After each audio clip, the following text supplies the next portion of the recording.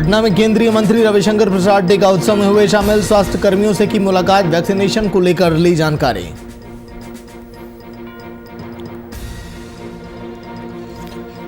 रांची में अस्पताल का जायजा लेने पहुंचे स्वास्थ्य मंत्री का फूटा मरीज के परिजनों का गुस्सा। पिता की मौत पर बेटी ने उठाए सवाल, चुप्पी साधते हुए दबे पांव निकले स्वास्थ्य मंत्री।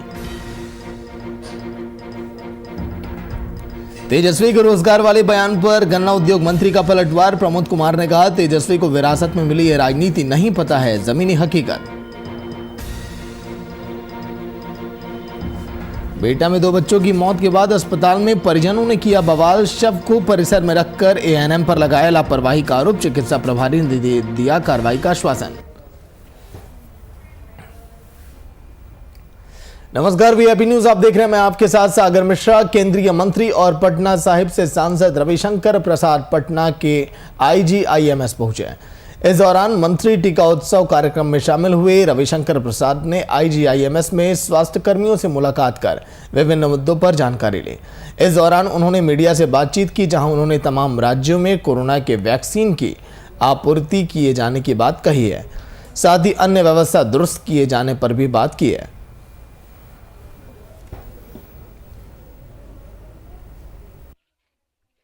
और मैं यही कहूंगा कि इसको राजनीतिक चश्मे से न देखा जाए।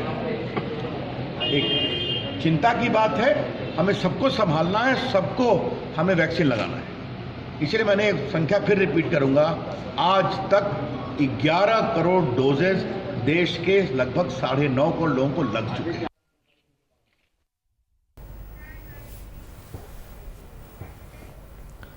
नेता प्रतिपक्ष तेजस्वी यादव नीतीश कुमार की सरकार पर रोजगार और उद्योग मामले को लेकर लगातार हमला बोल रहे हैं। इसी पर पलटवार करते हुए सूबे के गन्ना उद्योग मंत्री प्रमोद कुमार तेजस्वी पर जमकर उन्होंने हमला बोला। कहा कि तेजस्वी यादव को विरासत में राजनीति मिली है, इसीलिए उनको जमीनी हकीकत की कोई जानकारी नहीं है। साथ ही उन्होंने कहा कि लालू और राबड़ी देवी के शासनकाल में इन दोनों के आदेश पर बिहार के कई दर्जन चीनी मिल बंद पड़े हैं।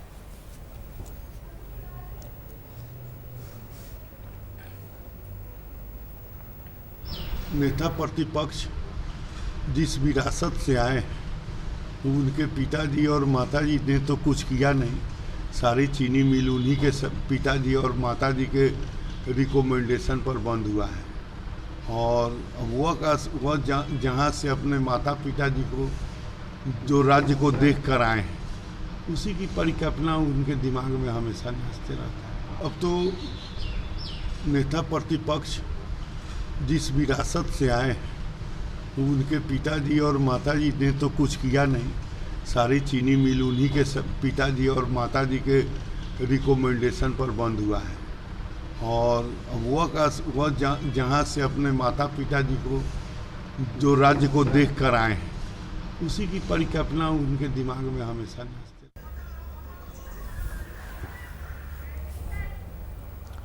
प्रमोद कुमार का तेजस्वी पर पलटवार। जिस तरह से तमाम मुद्दों को लेकर तेजस्वी यादव हमलावर रहते हैं, लेकिन अब ये कहा गया कि तेजस्वी यादव को राजनीति विरासत में मिली है, इसीलिए उन्हें कुछ भी अंदाजा और आइडिया नहीं है।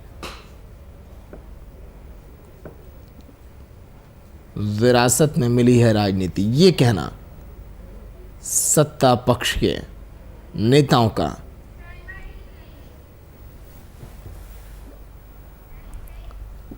नेता प्रतिपक्ष तेजस्वी यादव ने पटना पहुंचते ही बीजेपी सांसद सुशील मोदी पर हमला बोल दिया। दरअसल मधुबनी कांड में आरजेडी नेता का नाम लेने के मामले में तेजस्वी ने उन पर तीखा हमला किया। साथ ही तेजस्वी ने कहा कि सुशील मोदी को तो उनकी पार्टी बीजेपी ने ही किनारे लगा दिया, ऐसे में वो सुर्खियों में बने रहने के लिए उलझुल बयान दे रहे हैं। इस दौरान तेजस्वी ने ममता बनर्जी को मिले नोटिस को लेकर चुनाव आयोग पर भी आरोप लगाया और कहा कि अब इलेक्शन कमीशन बीजेपी चुनाव आयोग बन गया है।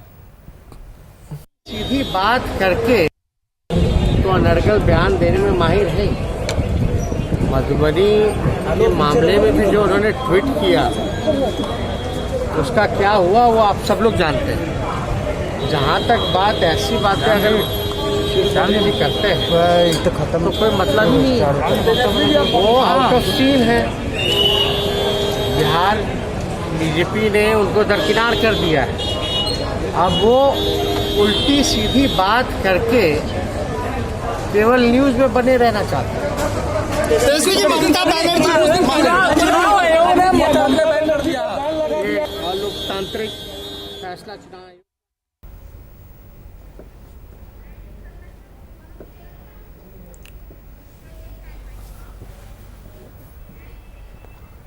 झारखंड में कोरोना का प्रकोप लगातार बढ़ता जा रहा है। इसी कड़ी में स्वास्थ्य मंत्री बन्ना गुप्ता सदर अस्पताल पहुंचे, जहां उन्होंने कोविड वार्डों का निरीक्षण किया।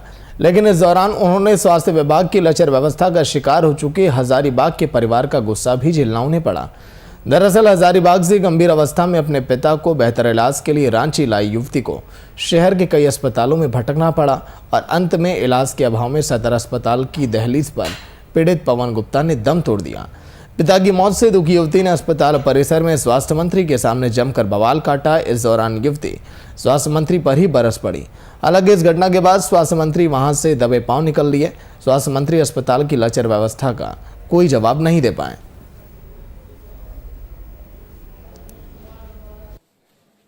हम अचानक किसी भी अस्पताल में जाएंगे और अचानक जाके देखेंगे कि क्या क्या वहाँ दिक्कतें हैं। अचानक जो है कोरोना का ये जो संकट है ये अचानक गहरा गया है और इस कारण जो है अनेकों परेशानियां हो रही हैं। लेकिन हम आप सभी मिलकर इन सारी समस्याओं को दूर करेंगे और बिना कोई घबराहट के, ये भी एक तरह की बीमारी है, इस बीमारी को हम सभी को मिलकर इसका सामना करना है। तो मैं समझता हूं कि मेरे आने से थोड़ा और हमारे जो डॉक्टर हैं, पैरामेडिकल स्टाफ हैं, हमारी बहनें हैं, सारे लोग जो है और ज़्यादा उत्साह से काम। स्वास्थ्य मंत्री के सामने फूट पड़ा उस बेटी का गुस्सा। आशीष फोन लाइन पर पूरी जानकारी के साथ। आशीष, मंत्री जी से तो भला ऐसी उम्मीद नहीं थी, मतलब कि सामने बेटी रो रही है, बिलख रही है, जब उसने सवाल किया तो मंत्री जी दबे पांव निकल गए। पूरा मामला क्या आशीष? देखिए, हजारीबाग से अपने पिता को लेकर राज्य के अलग अलग प्राइवेट हॉस्पिटल में गई। इलाज ना होने के कारण सदर अस्पताल में आई, जहां पे कुछ देर बाद उनके पिता का मृत्यु हो गया। और आपको बता दें कि मौके के समय स्वास्थ्य मंत्री भी निरीक्षण करने पहुंचे थे सदर अस्पताल, जहां पे जब बन्ना गुप्ता को अपने सामने पाकर बेटी फूट के रोने लगी। उन्होंने चिल्ला के जो भी हंगामा करना था उन्हें बन्ना गुप्ता से सवाल किए, लेकिन बन्ना गुप्ता ने उनकी कोई सवालों के जवाब नहीं दिए और वहां से निकल दिए। साफ तौर पे बता रहे हैं कि राज्य का सबसे बड़ा अस्पताल, आपका सदर अस्पताल अगर राजधानी में है और वो उसकी हालत ये बताई जा रही है, तो और जिलों में जो अस्पताल है उनका क्या हाल हो रहा होगा, ये साफ तौर पर नजर आ रहा है। जी, लेकिन क्या उम्मीद है कि बेटी को इंसाफ मिलेगा? अगर वो गुहार लगा रही है मदद की, मंत्री जी वहां से निकल जा रहे हैं, तमाम डॉक्टर वहां पर आसपास खड़े हैं, मतलब कि जायजा लेने गए, क्यों वहां की बिल्डिंगें देखने पहुंचे थे क्या मंत्री जी? देखिए, जहां तक बात था कि जो मरीज का मृत्यु हुआ, वैसे सैकड़ों मरीज, चाहे वो रिम्स के ट्रॉमा सेंटर हो या सदर अस्पताल का हो, हर दिन वहां रुक रहे हैं, रो रहे हैं, अपने परिजन को लेके पहुंच रहे हैं। लेकिन व्यवस्था इतनी बिगड़ चुकी है राज्य की कि कहीं ना बेड मिल पा रहा है, ना वेंटिलेटर मिल पा रहा है। स्वास्थ्य मंत्री पहुंचे, वो अपने कोविड वॉरियर को देखने पहुंचे, क्या इंतजाम है क्या नहीं है। लेकिन ये चीज केवल एक दिखावा बोल सकते हैं, ये केवल एक कागजी कार्रवाई बोल सकते हैं। ये हकीकत में जो बयान आज हुआ है, जो आज कार्रवाई हुई है, वो एक साफ तौर पे उसको पूर्ण रूप से हटा सकते हैं। जी, चलिए, शुक्रिया पूरी जानकारी के लिए।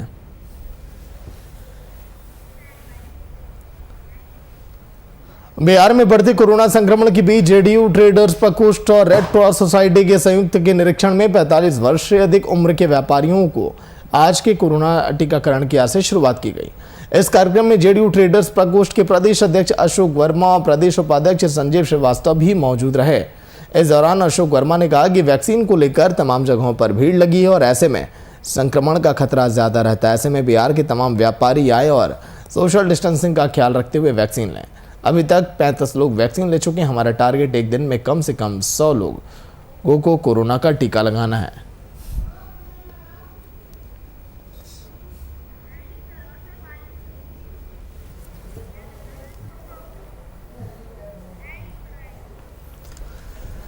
पैंतालीस वर्ष के ऊपर के व्यापारियों को टीका लगा और अपील की जा रही है कि और भी लोग आगे बढ़ें इस टीकाकरण अभियान में, क्योंकि पूरे देश में पीएम नरेंद्र मोदी भी इस पर जोर दे रहे हैं कि अधिक से अधिक संख्या में लोग टीका लगाएं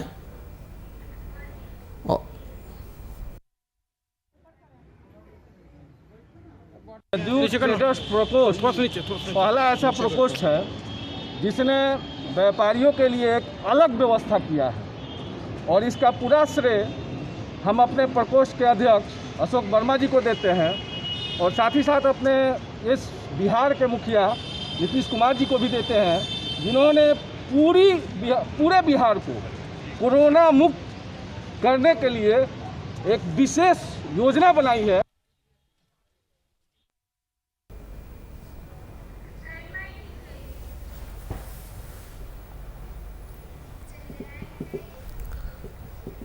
जिले में कोविड के बढ़ते प्रकोप को देखते हुए प्रशासन अलर्ट मोड पर है। इसी कड़ी में मधुबनी जिले के झंझारपुर अनुमंडल अस्पताल में कोविड वार्ड के आइसोलेशन केंद्र का निरीक्षण करने डीएम अमित कुमार पहुंचे, जहां उन्होंने आइसोलेशन वार्ड में रह रहे लोगों से पूछताछ की और उनके खाने पीने, दवाई, ऑक्सीजन समेत अन्य कई मामलों की तहकीकात करते हुए स्थानीय प्रशासन को निर्देश भी दिए हैं। इस दौरान उन्होंने कहा कि फिलहाल 4 लोग आइसोलेशन में हैं, भविष्य में और लोग आते हैं तो उनका पूरा ख्याल रखना टीम का काम है। झंझारपुर आइसोलेशन केंद्र में कुल 40 बेड इस समय मौजूद हैं।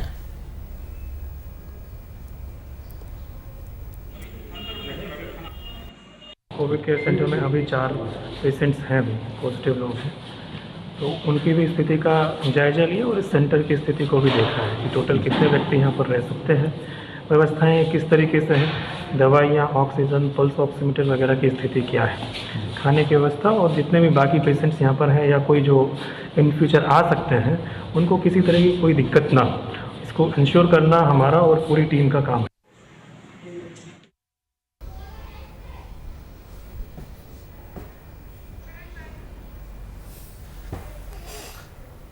भागलपुर में कोरोना काल के दौरान लुका-छिपी का खेल जारी है। मामला भागलपुर के रेलवे जंक्शन का है। जिला प्रशासन ने रेलवे स्टेशन को ठीक निकासी द्वार पर कोरोना जांच केंद्र बनाया, लेकिन कई यात्री रेलवे स्टेशन के लोहिया पुल के नीचे से चुपचाप अपने घर की ओर निकल जा रहे हैं। नतीजा, भागलपुर का 1 दर्जन से ज्यादा मोहल्ला ऐसे ही लापरवाह लोगों की वजह से अभी कोरोना संक्रमित है। इसी कड़ी में स्टेशन अधीक्षक समर सिंह का कहना है कि उनकी व्यवस्था आरपीएफ और जीआरपी के माध्यम से रहती है, लेकिन लोगों से जबरदस्ती नहीं कर सकते और रेलवे स्टेशन पर आईआरटीसी और फूड सेंटर में कार्यरत कर्मी भी कोरोना काल में लापरवाही दिखा रहे हैं।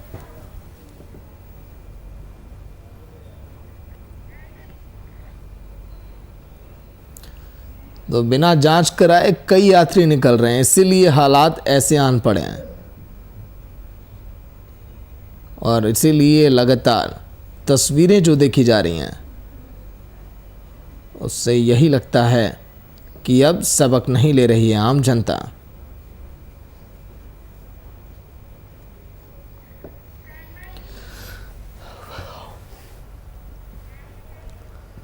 रांची नगर निगम शहर के सभी वार्डों को मैनुअली सैनिटाइज किया जा रहा है। इस प्रक्रिया के लिए वॉलंटियर को नगर निगम भवन से बसों के माध्यम से प्रत्येक वार्ड के लिए रवाना किया गया।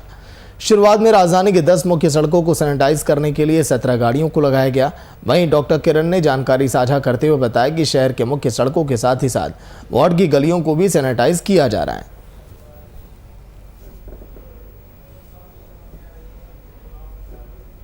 आज जैसे कल हम लोग पूरा मेन रोड को 10 मुख्य पथ को कवर किए थे, इसी तरह हम लोग वार्ड में भी स्पेशल ड्राइव चलाने जा रहे हैं और प्रत्येक दिन हम लोग टारगेट किए हैं कि 5 वार्ड में हम लोग स्पेशल ड्राइव चलाएंगे। तकरीबन 20 की संख्या में हम लोग वहाँ पर जो भी नैपसेक है मैनुअली पूरे घर को, दुकान को, रोड के किनारे जितने भी हैं सबको सैनिटाइज करवाएंगे। तो इस तरह से आज हम लोग वार्ड नंबर 18, 20, 21, 30 और 43 को हम लोग आज सैनिटाइज करवा रहे हैं। और वैश्विक महामारी कोरोना वायरस के संक्रमण के बीच अगर आपको घर में शादी अगर आप मना रहे हैं तो आप होशियार हो जाइए, क्योंकि सरकार ने कोरोना के दूसरे स्ट्रेन के बढ़ते प्रभाव को देखते हुए कई गाइडलाइनें जारी कर दी, जिसके मुताबिक जिस भी व्यक्ति के घर पर श्राद्ध का कार्यक्रम हो रहा है वहां पर अधिक से अधिक 50 व्यक्ति ही शामिल हो सकते हैं और जहां शादी विवाह हो रहा है वहां अधिक से अधिक 200 व्यक्ति शामिल हो सकते हैं। वह भी कोरोना को लेकर जारी गाइडलाइंस को पालन करते हुए कार्यक्रम करना होगा। साथ ही ऐसे स्थलों पर कोरोना पॉजिटिव लोगों के प्रवेश पर पूरी तरह से रोक लगाए जाने के बाद भी जिलाधिकारी सुब्रत कुमार सेन ने कही है।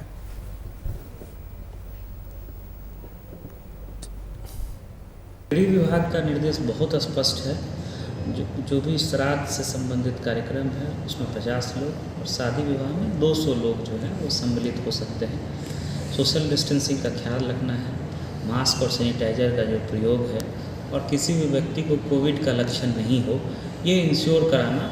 जहाँ पर जिस स्थान अतिथि गृह या जो भी इस तरह का जहाँ पे शादी विवाह या इस तरह के कार्यक्रम होते हैं ये उनकी जिम्मेवारी है। के द्वारा निर्गत गाइडलाइन के अनुसार अधिकतम लोगों की सीमा निर्धारित की गई है और शादी विवाह में उससे ज़्यादा व्यक्ति एक बार वहाँ उपस्थित नहीं हो सकते हैं।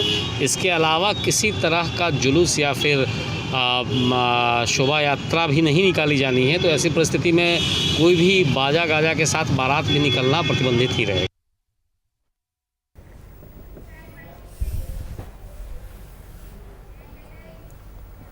प्रखंड मुख्यालय स्थित रेफरल अस्पताल से मंगलवार को रेफर 2 नवजात बच्चे की मौत के बाद परिजनों का गुस्सा फूट पड़ा।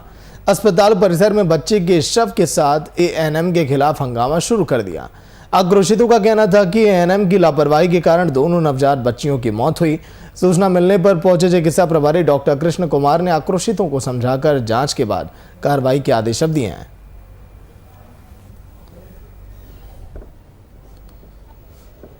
बच्चा कल 3 बजे सुबह में एडमिट हुआ सर। दोनों बच्चा नहीं, ये शाम में आया था 5 बजे। हम आए थे कल सुबह 3 बजे। आए तो दिखाए, हिंदू वाला मैडम थी, दिखाए तो बोली कि शाम तक हो जाएगा तुम्हारे बच्चा को कि एडमिट हो जाता। हम हो गए सर। उसके बाद मंजू आई, मंजू है नाम, बोले कि मैडम थोड़ा सा मेरा पेशेंट को देख दीजिए, हम अपना बेटी को लेके आए हैं।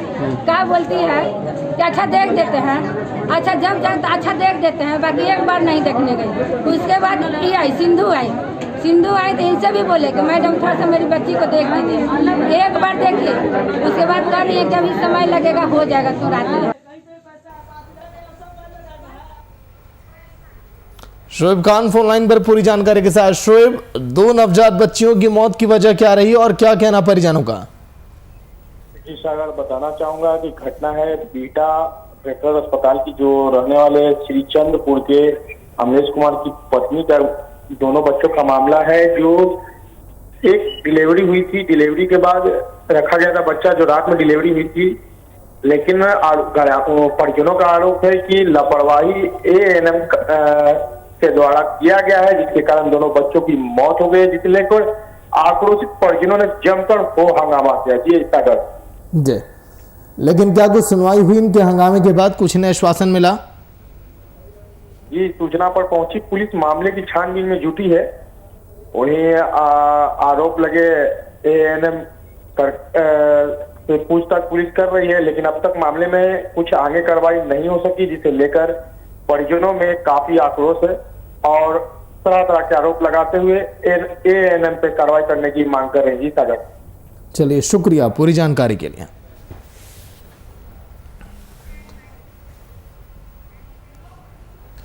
मधेपुरा में नाबालिग की मौत के बाद स्थानीय चिमनी संचालक और पुलिस प्रशासन के खिलाफ लोगों के खासा आक्रोश देखने को वहां मिल रहा है। और घटना जिले के ओदा किशुनगंज थाना क्षेत्र की है, जहां ट्रैक्टर और 2 पहिया की दुर्घटना में नाबालिग की मौत हो गई। इस घटना के बाद ट्रैक्टर चालक मौके से फरार हो गया। इस घटना से आक्रोशित लोगों ने घटनास्थल पर सड़क जाम कर पुलिस प्रशासन के खिलाफ नारेबाजी की और मामले की जानकारी मिलते ही बीडीओ प्रभात केसरी और सीओ विजय कुमार राय समेत अन्य पदाधिकारियों ने घटनास्थल पर पहुंचकर मामले को शांत कराया।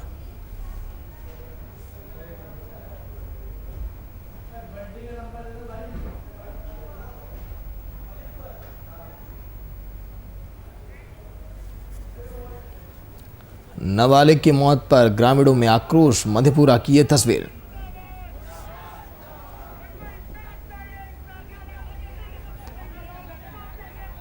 ग्रामीणों में आक्रोश है, गुस्सा है।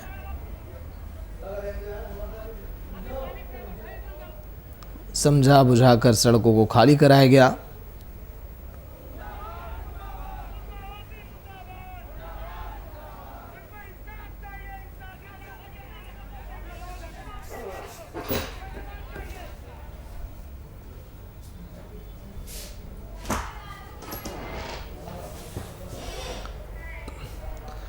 तो प्रशासन के खिलाफ जमकर नारेबाजी वहां पर की जा रही है।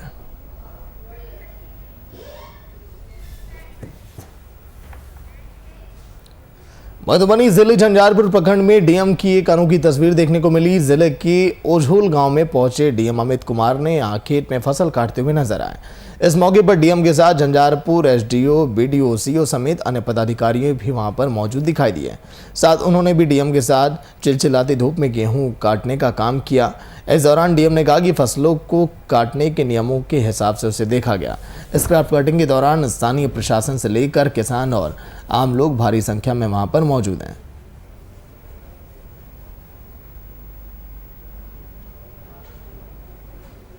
का नियमों के हिसाब से देखा कि प्लॉट का सिलेक्शन ठीक है कि नहीं है, और उसमें जितना भी था गेहूँ उसको काटने के बाद में उसका वजन किया, जो कि हमारा डेटा के तौर पर संधारित होगा, प्लानिंग में इस्तेमाल होगा।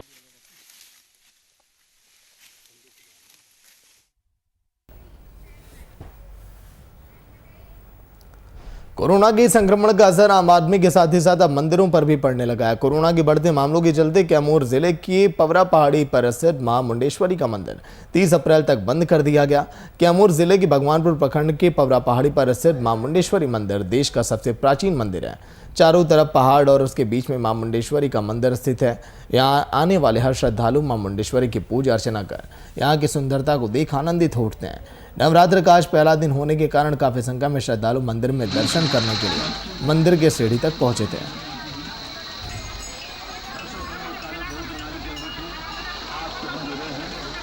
ये स्थिति में श्रद्धालु आगे यही कर रहे हैं, जो भी भक्त अपने माता के दर्शन में मनोकामना लेकर जो भी आए हैं, जो भी श्रद्धालु आए हैं, जो भी सोच रहे हैं कि हम माता के दर्शन करें, तो कोरोना तत्काल में ये दूसरी बार मंदिर बंद हो चुकी है, मंदिर बंद है।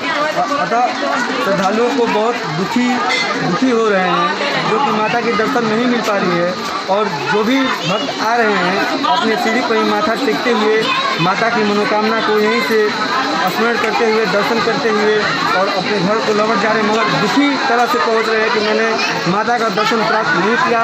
और अंधे के श्रद्धालुओं में अनेक प्रकार की कष्ट हो रही हैं, जो कि पैर जल रहे हैं। हम लोग ठेला ठुली चला रहे हैं और गरीब बंदी हम लोग मर रहे हैं। सीढ़ी पर इतना भीड़ लग रहा है, करावना नहीं हो रहा है, हम लोग के सामान पर करावना लग गया है, इसलिए मंदिर हर नवरात्रि में बंद हो रहा है। हम लोग बहुत दिक्कत में, साल भर हम लोग बैठ के बिताते हैं, जब नवरात्र आता है तब मंदिर बंद कर देते हैं। आ रहे हैं मुंडन करावे हैं नातिन के दोनों बेटा पतो लेके का भइल है मुंडन? हाँ भल है, मंदिर खुलल बा, दर्शन वर्शन भइल? नहीं दिक्कत बाटे कि हमनी के बाटे तो 1 लाख रुपया घाटा लगत बाटे। सरकार अपन वाला मनमानी करत बाटे। एजा के लोग बाटे तो जब आओ तो जंगल विभाग कभी परेशान करता तो कभी बिहार सरकार परेशान करता है, चलते हमने के ज़्यादा परेशानी हो रही है। कौन सा काम करते हैं आप? हम प्रसाद बेचते हैं। कितने साल से प्रसाद बेच अरे रहे हैं? कुछ नहीं तो हम लमसम में बता रहे हैं कि 1990 से हम बेच रहे हैं। मंदिर जो है बिहार राज्य सरकार के आदेशानुसार बढ़ रहे कोविड के प्रसार को देखते हुए मंदिर बंद करने का आदेश जारी हुआ। आदेश मिलते ही मंदिर को बंद कर दिया गया है। यह मंदिर जो है 30 अप्रैल तक मंदिर बंद रहेगा। और रही बात श्रद्धालुओं के आने की, तो किसी को जानकारी है, किसी को नहीं है। कोई श्रद्धावश भी आना चाह रहा है कि नहीं जाके हम मंदिर परिसर में नीचे ही कैंपस में जाएंगे, घूम लेंगे, इस उद्देश्य से श्रद्धालु आ रहे हैं। हालांकि उनके आने पर भी पाबंदी ही है, सरकार द्वारा भी, प्रशासन द्वारा भी जो है रोका जा रहा है। लेकिन जो लोग आ रहे हैं वो अपना नीचे से ही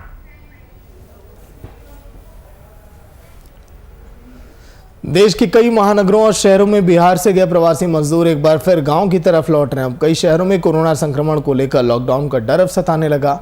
इसका डर साफ तौर पर मजदूरों में दिख रहा है, जिसके चलते एक बार फिर गांव की ओर लौटने पर मजबूर वो अब हो चले हैं।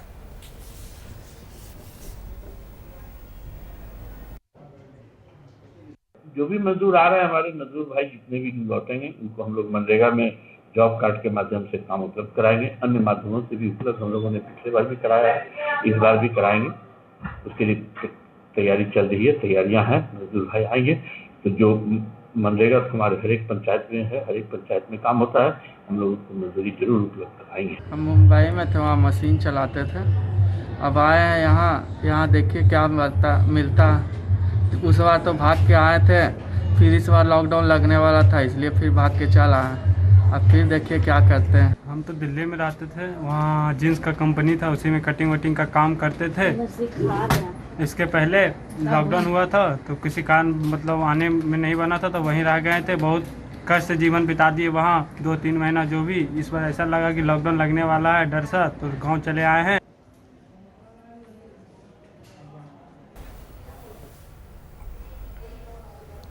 हरदोई जनपद में अवैध सट्टा व्यापार पर रोक लगाने की कवायद में पुलिस ने सफलता प्राप्त की। पुलिस ने बीते रात जुआ के ठिकानों में छापेमारी कर सट्टा माफिया गिरोह के 10 लोगों को गिरफ्तार किया। जांच पड़ताल में पुलिस ने गिरफ्तार युवकों के पास से नगद समेत अन्य आपत्तिजनक चीजें भी बरामद की। साथ ही पुलिस उनके ठिकानों पर भी छापेमारी कर रही है।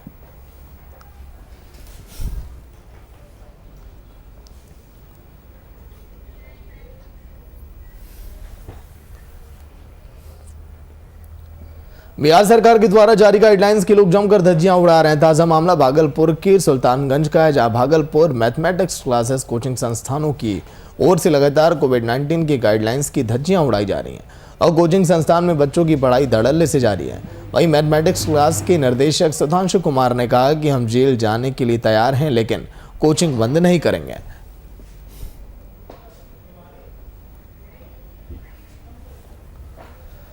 सरकार की नई गाइडलाइन, भागलपुर की ये तस्वीर, लेकिन लोग उन गाइडलाइनों की जमकर धज्जियां भी उड़ा रहे हैं। लगातार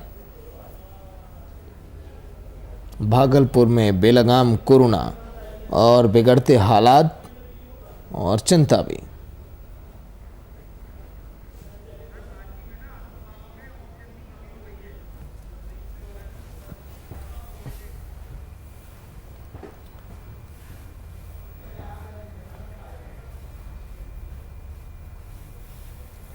लोग गाइडलाइंस की जमकर धज्जियां उड़ाते हुए। भागलपुर की ये तस्वीर देखिए, किस तरह से बच्चे क्लासों में बैठे हैं, पढ़ाई कर रहे हैं कोचिंग संस्थानों में।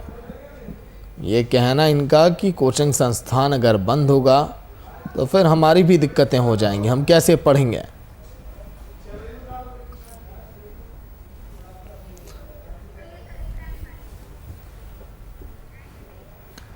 तो चलिए, एक बड़ी खबर आ रही है रांची से आपकी टीवी स्क्रीन पर। इस वक्त की बड़ी खबर रांची से, अस्पतालों में हाहाकार मचा हुआ। रांची में बड़ी खबर आपकी टीवी स्क्रीन पर। ऑक्सीजन की कमी रांची में। सरकार और प्रशासन के सभी दावे फेल, मरीजों के लिए ऑक्सीजन की कमी हो गई है।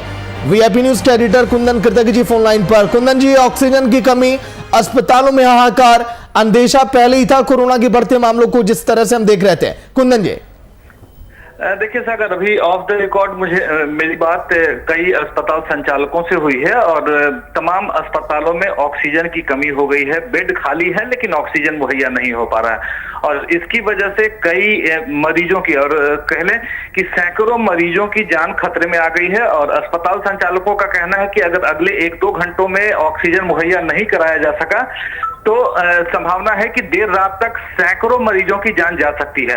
और इसको लेकर अस्पताल संचालकों में जहां एक तरीके से अफरा तफरी का माहौल है, वहीं तमाम प्रशासनिक अधिकारियों से बातचीत करने के बाद भी इनके पास किसी प्रकार का समाधान मुहैया नहीं कराया जा पा रहा है। और इन तमाम लोगों ने, जहां ये मरीज भर्ती हैं इन अस्पतालों में, तो आप कह सकते हैं कि ऑक्सीजन की वजह से बेड खाली है लेकिन ऑक्सीजन की वजह से मरीजों की जान खतरे में है। सागर जी, लेकिन क्या लग रहा है कुंदन जी, अगर हालात ऐसे ही रहे तब तो काफी चिंता का विषय है। इस पर जल्द ये विचार करना होगा सरकार को। अब सरकार को विचार करने की अभी स्थिति नहीं है सागर। अब सरकार को यहाँ एक्शन लेने की जरूरत है, क्योंकि जो स्थिति बन पड़ रही है और जिस तरीके से अस्पताल संचालकों में एक तरीके से कह लें कि आने वाले समय में इनके बीच भी डर का माहौल देखा जा रहा है। इनका मानना है कि ऐसी स्थिति में मरीज के परिजनों का आरोप लग सकता है कि अस्पताल के बद इंतजामी की वजह से यह स्थिति पैदा हुई है। हालांकि अस्पताल अपनी तरफ से तमाम मेडिकल स्टाफ, पैरामेडिक्स और तमाम दवाइयों के साथ मरीजों की जान बचाने की कोशिश कर रहे हैं, लेकिन ऑक्सीजन जो कि एक कह सकते हैं कि कोरोना संक्रमित मरीजों के लिए वरदान साबित हो सकता है, उसकी कमी की वजह से ये परेशानी देखने को मिल रही है। सागर, चलिए, शुक्रिया कुंदन जी पूरी जानकारी के लिए।